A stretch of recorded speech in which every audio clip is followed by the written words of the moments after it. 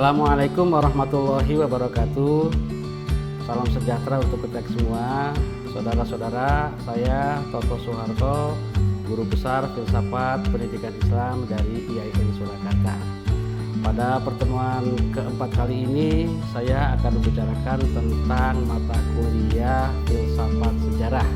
Tema yang keempat kali ini adalah tentang hukum dan perubahan sejarah. Pertanyaannya, hukum sejarah itu seperti apa dan hukum apa yang melakukan sejarah menjadi berubah?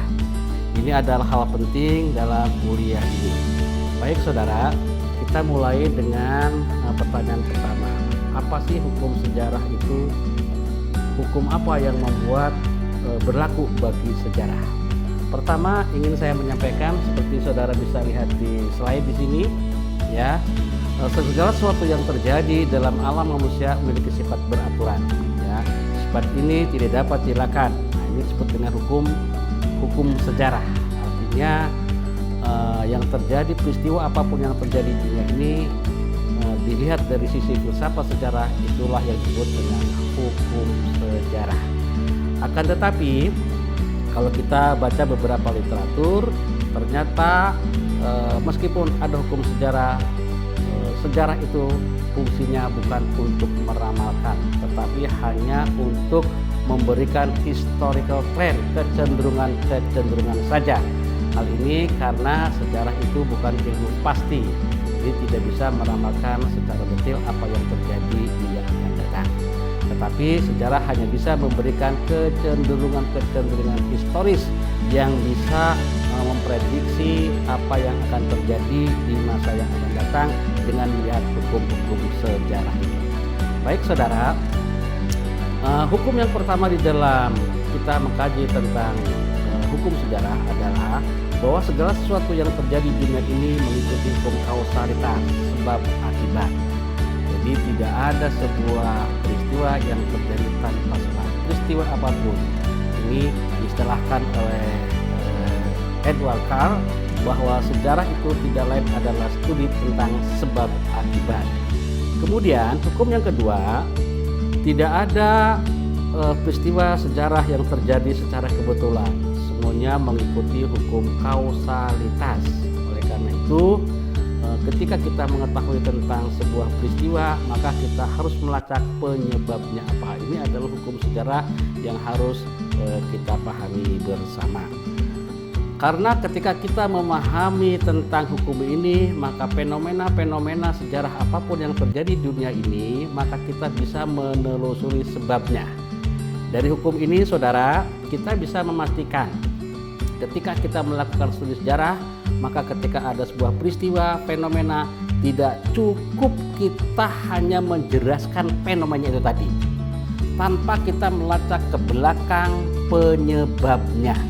Oleh karena itu, ketika kita belajar mengkaji sebuah tentang peristiwa sejarah, terangkan dulu peristiwanya, apa dan bagaimananya. Kemudian itu adalah sebuah peristiwa sebagai sebuah akibat, tetapi kemudian kita jelaskan penyebabnya. Itulah perlu pertanyaan mengapa. Jadi ketika ada sebuah peristiwa, misalnya demo di Tugu Kartosuro misalnya, kemudian itu adalah dinyatakan sebagai sebuah peristiwa, nah maka kita harus menelusuri pertama demo itu seperti apa dan bagaimana. Baru setelah itu kita menelusuri sebabnya, mengapa terjadi demo, apa penyebabnya, siapa atau intelektualnya, apa motifnya. Nah inilah adalah filsafat sejarah ketika mengkaji hukum sejarah. Baik saudara, selanjutnya setelah kita mengetahui tentang hukum sejarah seperti itu, pembahasan berikutnya kita akan mengkaji tentang kekuatan-kekuatan apa saja yang membuat sejarah menjadi berubah. Ini saya tampilkan beberapa kekuatan yang disampaikan oleh para pakar, baik oleh Gustafsson, oleh Profesor Puntowijoyo, ataupun oleh Ibnu Khaldun. Pertama, ada kekuatan ekonomi.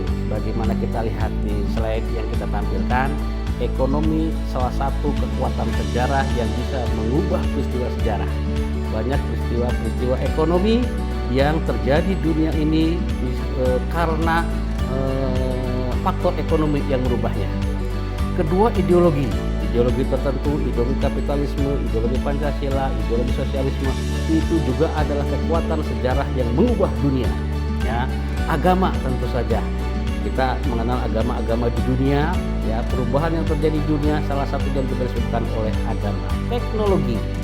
Saat ini kita di era disrupsi, era revolusi industri 4.0, semuanya serba Android, serba digital. Nah, ini adalah juga yang mengubah tentang sejarah manusia karena perkembangan teknologi. Ada militer, tentu saja banyak negara yang porak-poranda karena peperangan, karena militer. Ini saja yang menjadi catatan bagaimana militer itu menjadi hal penting, ya, bagi sejarah untuk merubah panggung kehidupan manusia. Yang selanjutnya tentu saja adalah politik atau partai politik. Ya, ini juga menjadi kekuatan sejarah. Ini ada beberapa kekuatan sejarah yang ditawarkan oleh Gustafsson. Kemudian kekuatan sejarah berikutnya misalnya kita tampilkan dari Profesor Kunto Wijoyo. Ya, ada tokoh tentu saja membuat perubahan di dalam dinamika masyarakat. Ya, banyak kita punya tokoh-tokoh nasional. Ada Insinyur Soekarno, tentu saja juga tokoh nasional yang mengubah sejarah Indonesia. Seks, umur, golongan, etnis, mitos, dan budaya. Ini juga adalah faktor-faktor yang menjadi kekuatan sejarah. Mengapa sejarah berubah, kekuatan apa, ini adalah faktornya. Kemudian menurut Ibnu Khaldun, kondisi alam. Kondisi alam juga ini adalah merupakan bagian dari bagaimana sejarah bisa berubah. Ya, alam geografis, alam pertanian, alam pegunungan, alam laut, itu akan menentukan fenomena dan peristiwa sejarah. Ekonomi, agama, dan asobiah. Nah, asobiah ini adalah catatan penting yang menjadi titik temu Ibnu Khaldun ketika mengkaji tentang fenomena kekuatan yang bisa mengubah sejarah. Baik saudara, catatan terpenting dari kekuatan ini adalah bahwa kekuatan-kekuatan itu tidak bisa berdiri sendiri. Semuanya saling kait-mengkait. Oleh karena itu ketika mengkaji sebuah peristiwa, maka pahamilah kekuatan-kekuatan ini. Apakah ekonomi, ideologi, agama, militer, atau apa saja. Atau kondisi alam, atau keasobiahnya yang bisa mengubah. Mana yang lebih kuat mengubah peristiwa sejarah tersebut. Yang jelas, satu kekuatan tidak mungkin mengendalikan perjalanan sejarah. Perjalanan sejarah adalah mungkin berkat sejumlah kekuatan saling yang berinteraksi. Artinya tidak ada satu kekuatan tunggal yang bisa mengubah sejarah sekalipun itu tokoh terkenal. Nah, ini artinya seorang sejarawan ketika melakukan interpretasi data sejarah maka harus memahami kekuatan-kekuatan ini sehingga nilai ilmiah kesejarahannya bisa dipertanggungjawabkan. Saya kira itu untuk pertemuan kali ini, saudara. Mari kita tutup pertemuan ini dengan ucapan Alhamdulillahirabbil alamin. Semoga kita tetap sehat, diberi kekuatan iman dan Islam. Terima kasih. Wassalamualaikum warahmatullahi wabarakatuh.